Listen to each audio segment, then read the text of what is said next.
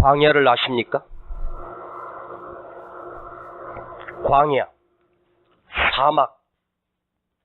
그래서 인생길을 사막 같다.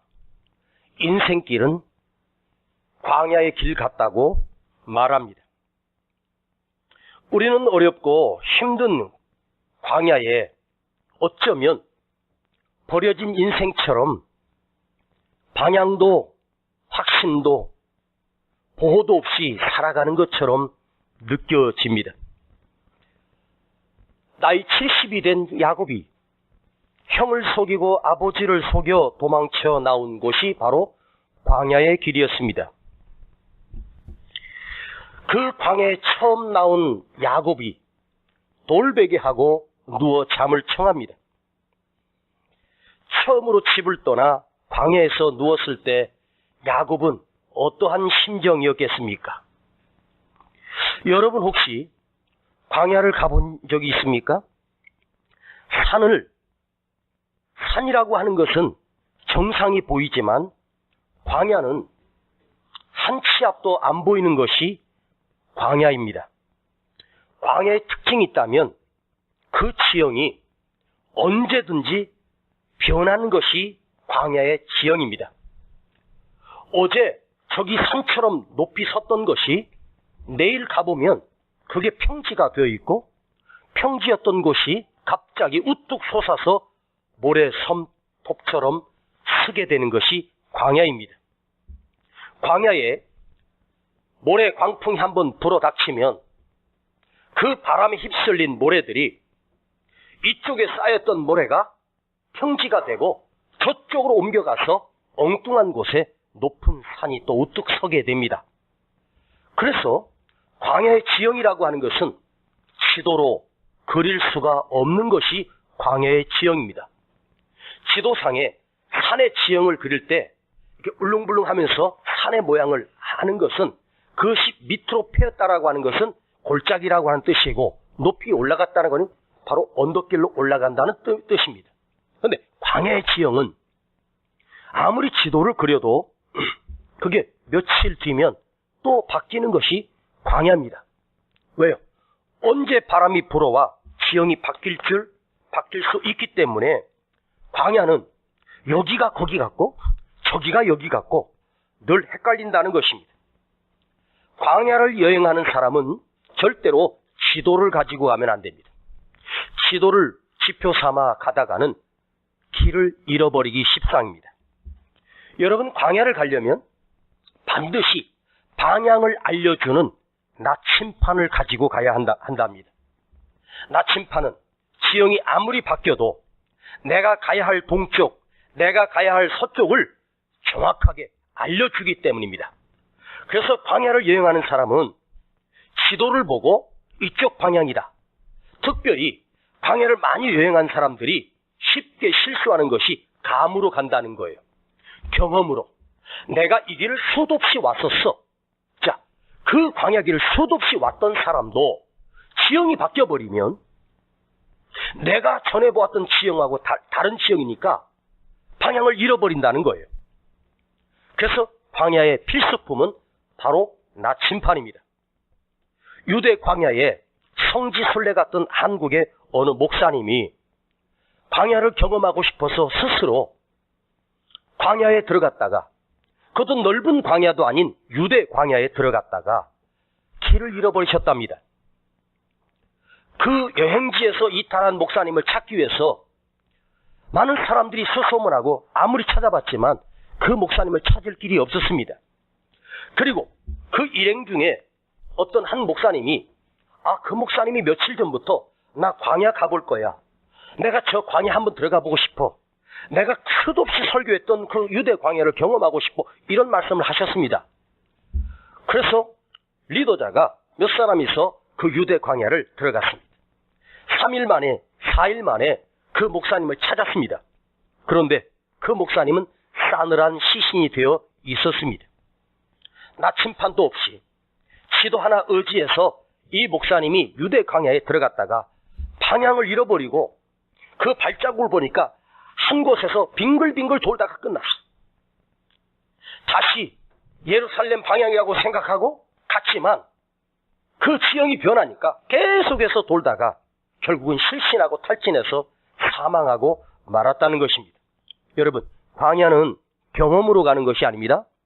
광야는 감으로 가는 게 아니에요. 아무리 능숙한 경험자라도 나침판을 들고 광야를 가야 합니다. 그렇다면 자, 오늘 우리가 사는 세상이 광야라 합니다. 지금 여러분이 살고 있는 세상, 자, 옛말에 이런 말이 있어요. 강산도 10년이면 변한다. 그런데 여러분, 강산이 10년에 한 번씩 변한다고 옛날은 말했습니다. 지금은 어떠하죠? 강산이 10년 만에 변하나요? 지금은 1년 만에 변하기도 하고 한 달 만에 변할 수도 있고 어떤 강산은 하루 만에 바뀌는 것이 지금 세상입니다. 변화무쌍합니다. 언제 어떤 일이 일어날지 모르는 것입니다. 과거의 경험으로, 내 감으로, 인생의 경험으로 세상을 살 수 있다? 결코 아닙니다. 누가 저보고 목사님, 아직도 촌스럽게 노트에다가 필기를 해서 설교하세요? 대부분 다른 목사님들은 아이패드를 하고 있습니다. 아이패드. 노트북도 아니고 뭐 노트북 기능도 있겠죠? 이렇게 사각 아이패드를 가지고 거기에다가 설교를 써서 찍찍찍 그으면서 아주 쉽게 설교를, 젊은 목사님, 우리 아들도 그렇게 하더라고요. 그래서 아이패드 그거 한 100만 원이면 사는데 내가 속으로 했어. 100만 원이 어딨냐 지금. 그래서 지금 저도 한번 변화를 주려고, 그래, 아이패드를 하나 사서 나도 좀 최신식으로 좀 해야 되겠다. 이렇게 노트에다가 설교 써가지고 하는 건 옛날 꼬레비라는 거죠. 주여 한 사람만 감동받게 하옵소서.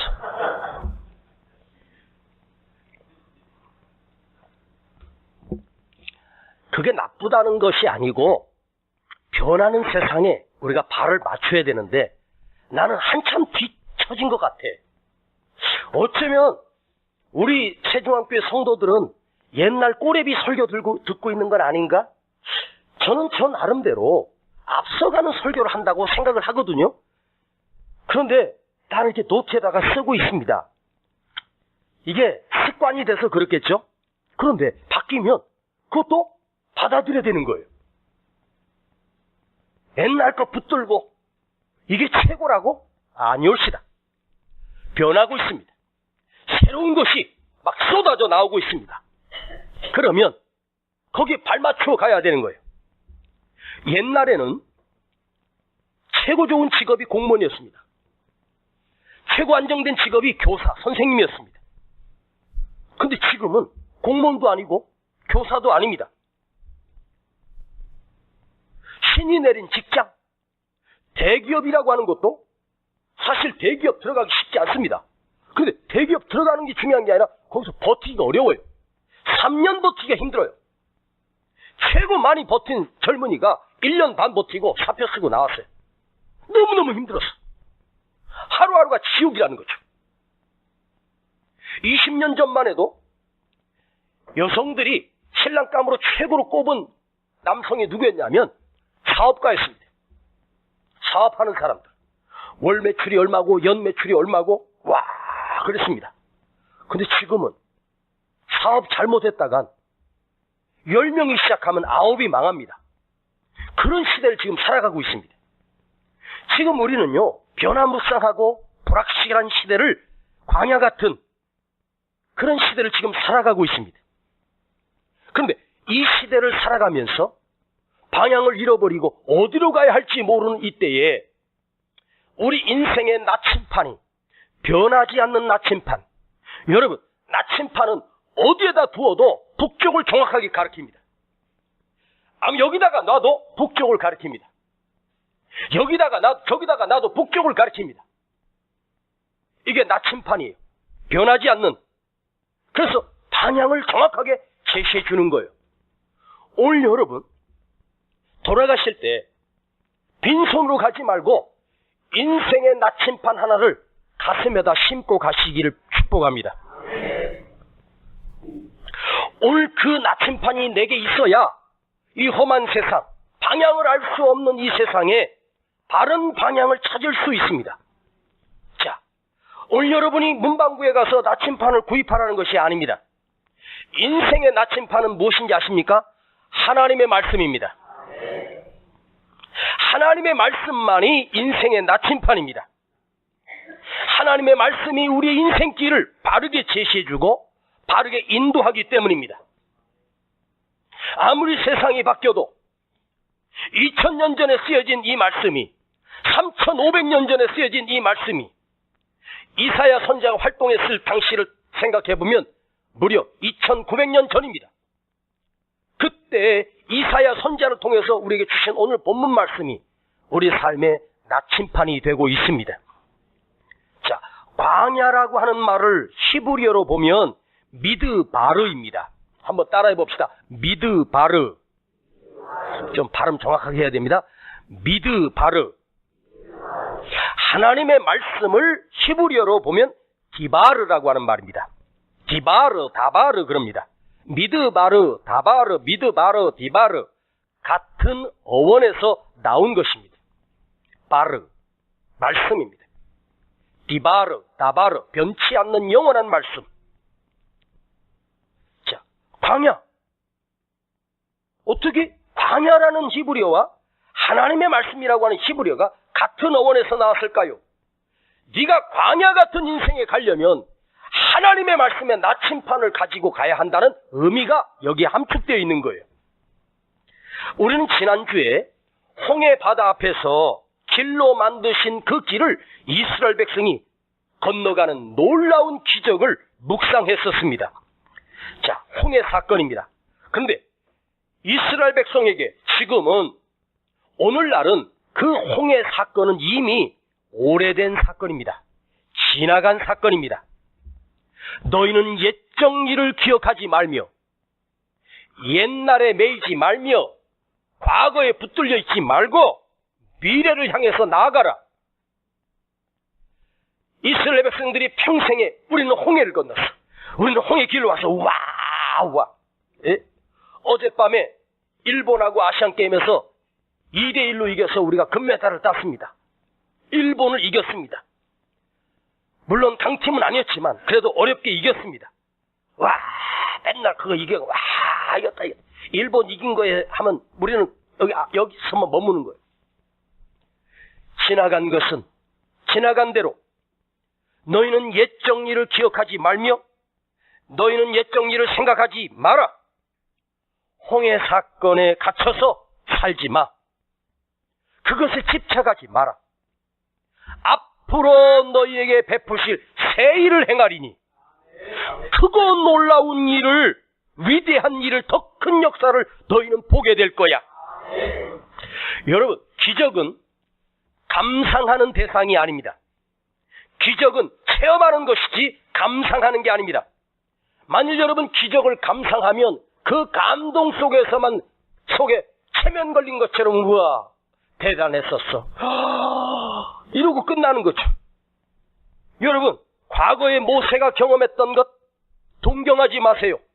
와, 그랬어서 우리 하나님 크신 하나님에서 놀라우신 하나님에서 지금은 아무것도 아니지. 감상하고 감동하지 마십시오. 그것은 내 체험에 두고 앞으로 행하실 놀라운 일을. 와, 마가다락방에서 120명이 열심히 모여서 기도하다가 불같은 성령이 내려서서 막 불이 혀같이 갈라지며 사람들 머리에 임하고 막 사람들이 뒤집어지고 방언으로 막 각 세계 나라의 말을 하고 막 놀랬어서 초대교회 부흥은 2000년 전 이야기입니다. 전설입니다.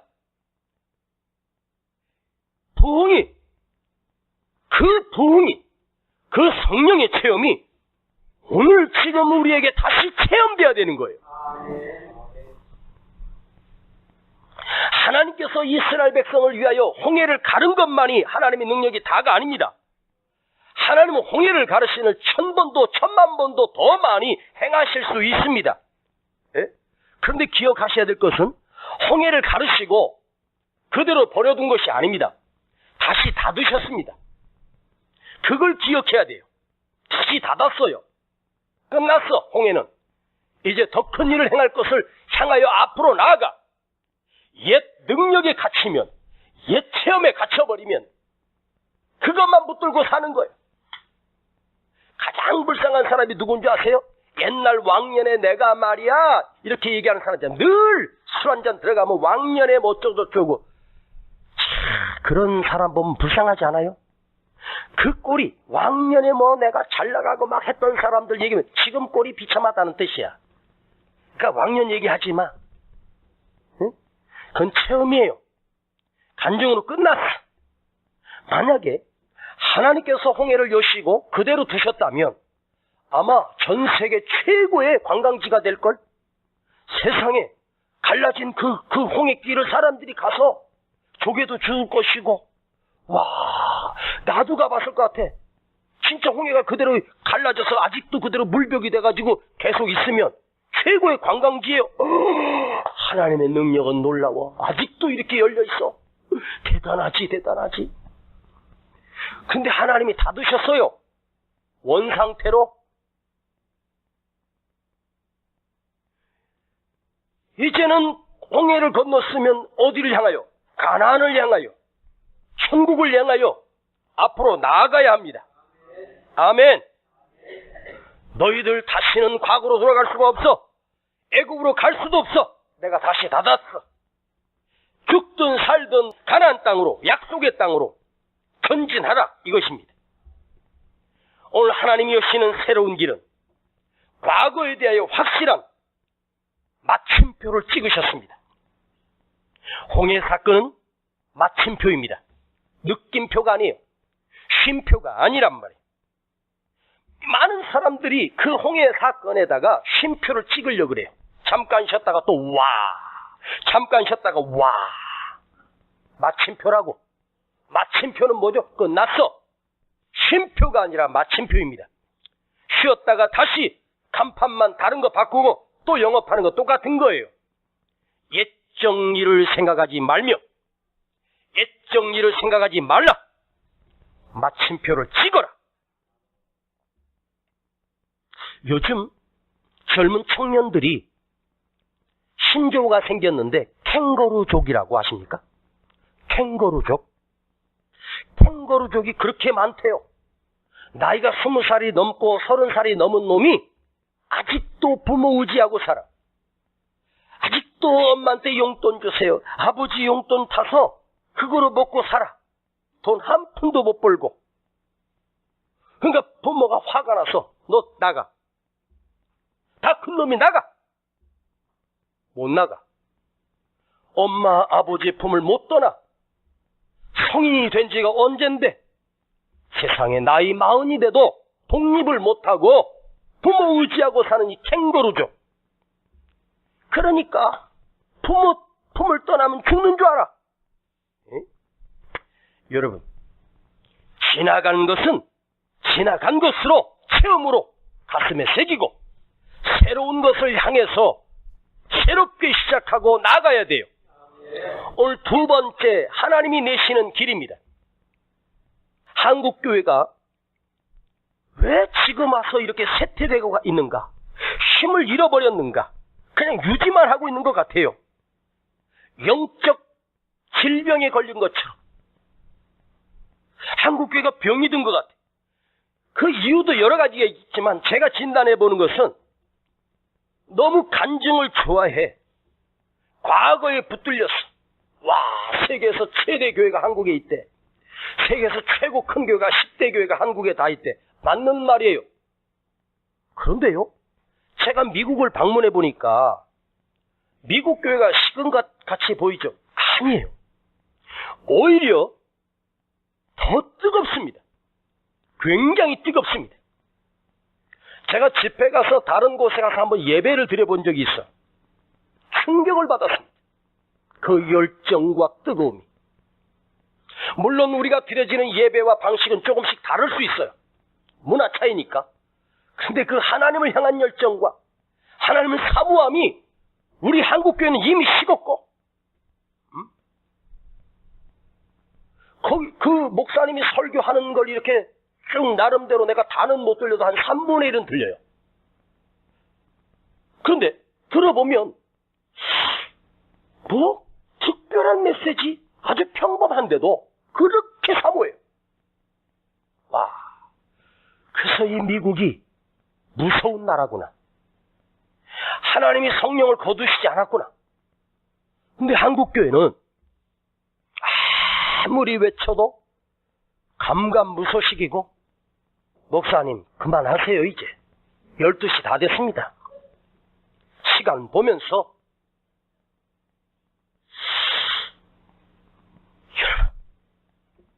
과거의 부흥만 간증하지 말고 지금 다시 하나님을 경험하고 오늘 다시 그 은혜를 사모하고 오늘도 그 은혜가 내 안에 사무치고. 아멘. 출애굽기 14장 15절을 보면 하나님께서 모세에게 말씀하십니다. 너는 두려워하지 말며 이스라엘 백성으로 향하여 먼저 앞으로 나아가게 하고 그 다음에 너는 손을 내밀어 바다 위를 향하여 손을 내밀라고 말해요. 자, 이 말은 뭐예요? 모세가 손을 바다를 향하여 그 지팡이를 내어 밀 때 홍해가 갈라졌습니다. 그건 다 아시는 상식입니다. 그런데 그 앞에 하나님이 모세에게 백성들로 하여금 앞으로 나아가게 하고 그 다음에 너는 손을 내밀어 갈라지게 하라는 거예요. 갈라짐이 먼저가 아니고 앞으로 나아가는 것이 먼저였단 말이에요. 홍해는 가른 다음에 건넌 게 아니라 먼저 앞으로 나아가고 그 다음에 갈라졌습니다. 우리 앞에 홍해 길이 막고 있을 때 하나님이 역사하셨던 비밀은 뭐냐? 내가 다 갈라주면 그때가가 아니라 네가 앞으로 나아가 홍해를 가를 것을 믿고 그를 향하여 앞으로 나아가. 우리는요 늘 기도가 그래요. 길을 내주셔야 가겠습니다. 이 문제를 좀 제거해 주시고 이 장애물 좀 없애주시고 질병도 없애주시고 건강하게 해주시고 재산도 많게 해주시고 부자가 된 다음에 하겠습니다. 전부가 다 장애물 제거해달라는 거예요. 하나님 이 문제를 좀 없애주세요. 그 문제를 뚫고 나갈 때가 없어. 기도 제목 속에 보면 아버지 이 어려움이 있습니다. 하나님 이 어려움 좀 없애주시고 빨리 좀 건강하게 해주시고 해결해 주세요. 이게 문제가 아니고 우리 기도가 바뀌어야 돼. 아버지 하나님 지금 어려운 문제들이 우리 앞에 닥쳤습니다. 홍해 같은 문제를 만났습니다. 그러나 내가 이것을 하나님의 말씀을 의지하고 앞으로 나가겠습니다. 이겨내겠습니다. 이렇게 기도하란 말이에요. 이럴 때 아멘 하는 거야. 네. 할렐루야.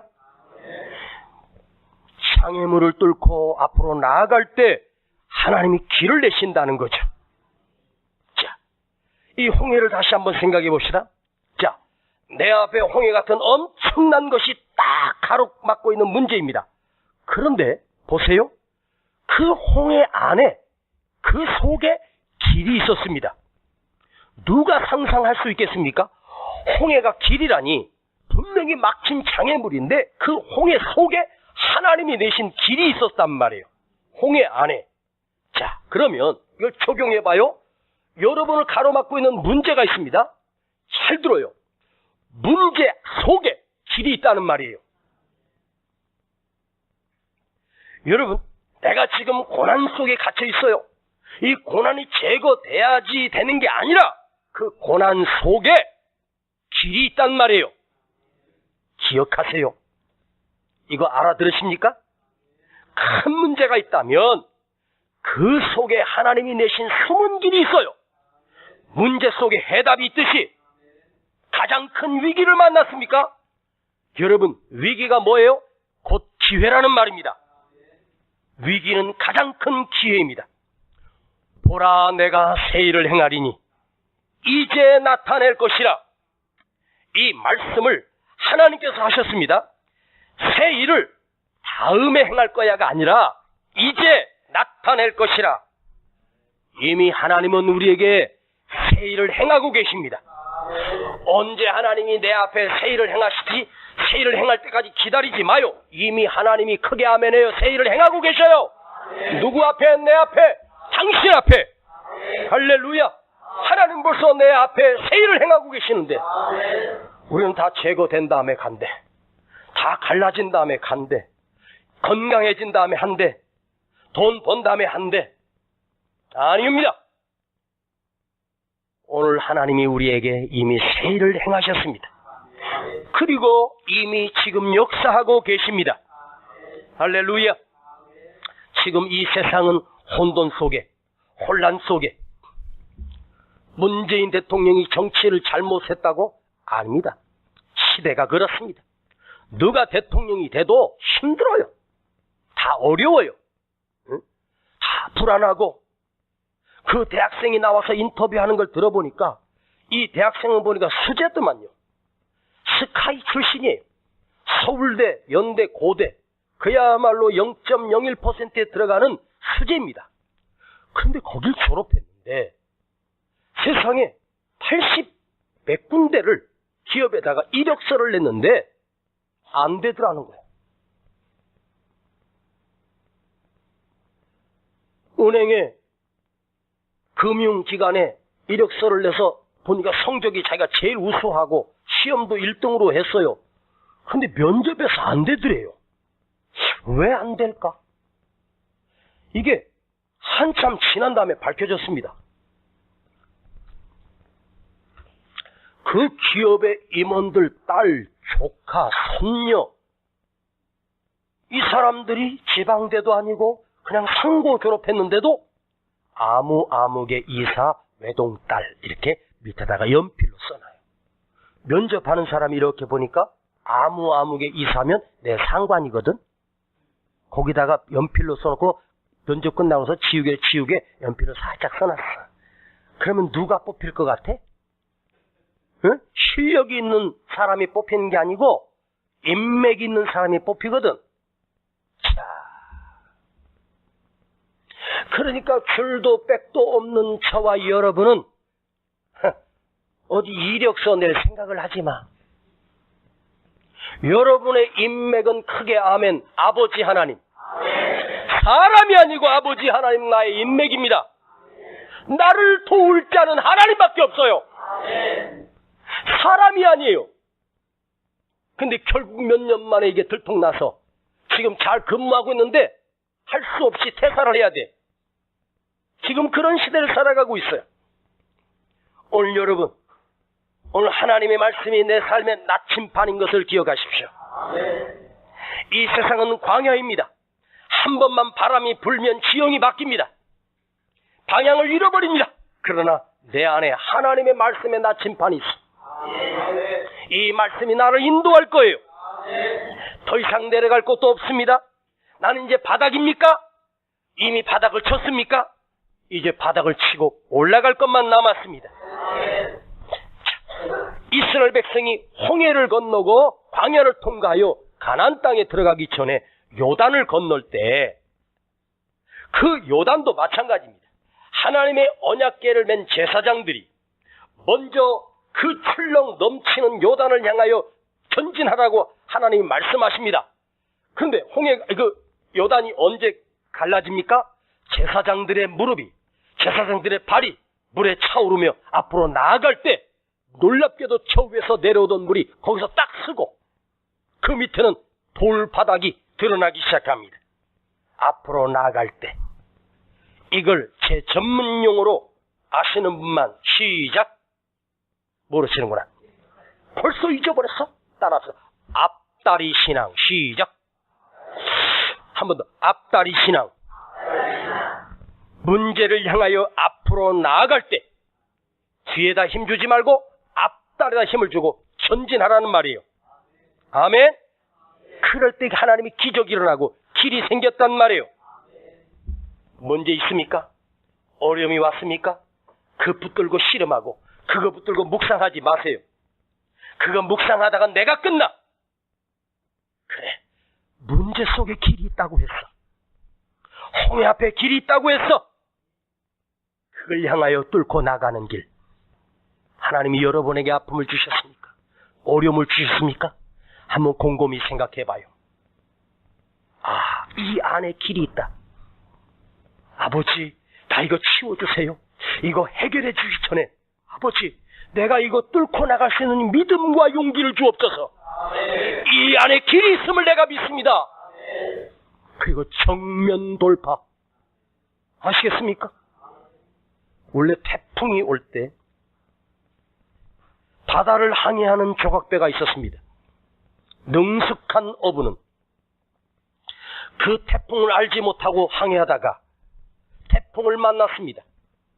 근데 보통 어부들은 태풍의 반경을 피하기 위해서 배를 더 멀리 몰고 나갑니다. 그러다가 태풍의 날개 아래 갇혀서 그 바람이 밖으로 나갈수록 더 강해집니다. 회전하기 때문에. 그래서 배가 파손됩니다. 근데 지혜로운 선장은 그 태풍의 눈으로 들어간답니다. 가운데로. 오히려 방향을 바꿔서 그 태풍을 향하여 전진하는 거예요. 그런데 태풍의 눈이라는 게 있습니다. 우리 일기예보 보면 구름 돌고 그 안에 동그랗게 생긴 거 있죠. 그게 태풍의 눈입니다. 그런데 그 안으로 들어가니까 찬찬한 거예요. 밖으로 나가면 휘몰아쳐서 다 엎어져요. 태풍의 눈으로 가면 찬찬하대. 그래서 살 수 있었어요. 여러분, 태풍 가까이 가면 죽을 것 같죠? 문제 가까이 가면 죽을 것 같죠? 그 안에 고요함이 있어요. 그 안에 평안함이 있었어요. 그걸 뚫고 나가는 거예요. 아멘. 따라합시다. 이까지 거, 그까지 거, 더 크게 고까지 거, 따라해. 조까지 거, 그 다음에 구까지 거, 무까지 거. 아무것도 아니다. 크게 아무것도 아니다.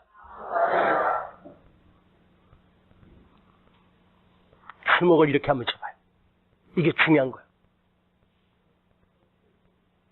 뚫고 나갈 수 있다. 한 번 더. 뚫고 나갈 수 있다. 감당할 수 있다. 이겨낼 수 있다.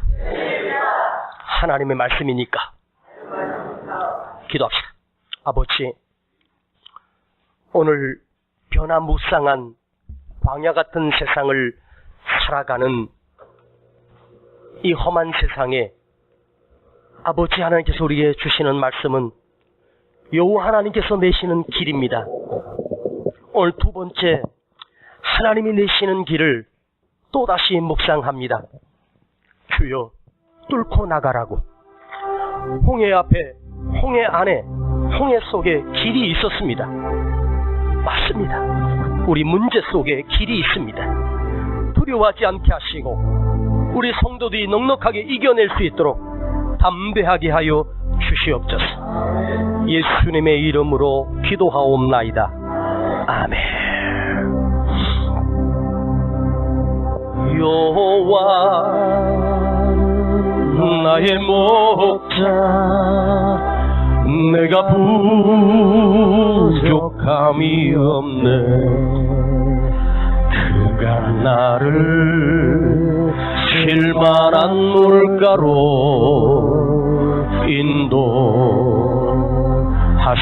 인도하시는도다. 내가 힘들고 어려울 때마다 위로의 말씀이 되니 부족함 없는 나의 생활은 하나님 은혜로다. 세상이 감당 못할 사람은 여호와 인도함을 받는 자이니 무엇이 두렵고 무서우리요. 여호와는 내 목자시니 세상이 감당 못할 사람은 여호와 인도함을 받는 자이니 무엇이 두렵고 무서우리요. 여호와는 내 목자시니 한 번 더 세상이 감당 못할 사람은 여호와 인도함을 받는 자. 여호와 인도함을 받는 자이니 무엇이 두렵고 무서우리요.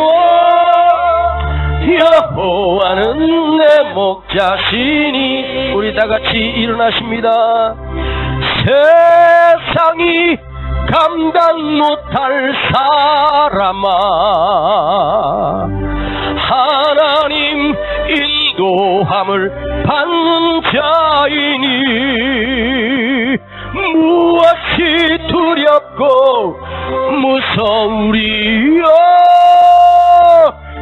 여호와는 내 목자시니. 아버지 하나님이 나의 목자 되시고 여호와 아버지 하나님이 나를 인도하십니다. 이스라엘 백성이 홍해를 뚫고 나갈 수 있었던 것은 그 홍해 안에 길이 있었고, 더 중요한 것이 하나 있는데 그 안에 하나님이 계셨기 때문입니다. 오늘 여러분 문제 속에 주님이 계심을 믿고 아버지가 함께 하심을 믿고 주저하지 말고 달려가십시오. 감당해내십시오. 정면 돌파하십시다. 이겨낼 수 있습니다. 잠깐 지나갑니다. 태풍은 곧 지나가고 잔잔해지는 것이 태풍입니다. 이것이 영원한 것이 아닙니다. 조금만 견뎌내고 버티고 앞으로 나아갈 때 아버지 하나님의 놀라운 길이 그 속에 있습니다. 새로운 길로 우리는 가십시다. 길이 없는 것이 아닙니다. 문제 속에 길이 있습니다. 주님, 내 앞에 있는 문제들, 내가 당한 어려움들, 이것만 보고 한탄하지 않게 하시고, 주여 이걸 맞설 수 있는 용기를 주시고 이 문제와 싸우게 하시고 정면 돌파해서 뚫고 나가게 하시고, 그 속에 아버지 하나님이 주신 길이 그 속에 있음을 믿고 우리가 달려나가겠습니다. 주여, 이 결단하며 우리가 기도합니다. 주여!